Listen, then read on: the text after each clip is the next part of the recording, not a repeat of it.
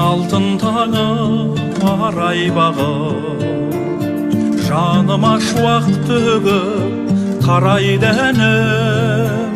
Кетсем де қияндарға қанат қағып, қия алмай мен өзіңе қарайладым. Жаңарқа ақ бұғайым қарқаралы, бақ қонған ырыс өлкей арқадағы. Аюлы ақ суғандай, өкпөлдір суы балдай, нұрлы нұра. Әлихан Алталаштың айбарында, Әлімхан Ақи Арбұл деп Алатаудың ардагері, оу, арқаның сәлем айтты ардабелі. Сарулың жеті суда топқа түсті, әруағы Сартоқаның қолда мені.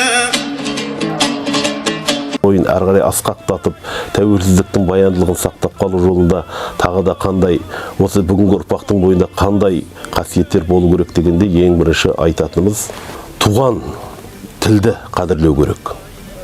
Бұл менің өзімнің ойым, және бұл бүкіл халықтың да ойы, пікір осы болу керек деп ойлаймын.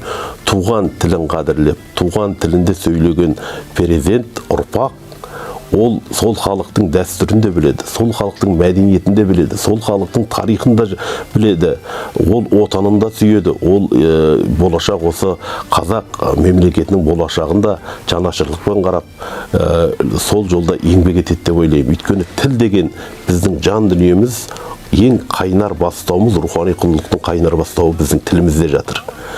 Тілін білген адам, ол анасында, әкесінде сүйеді.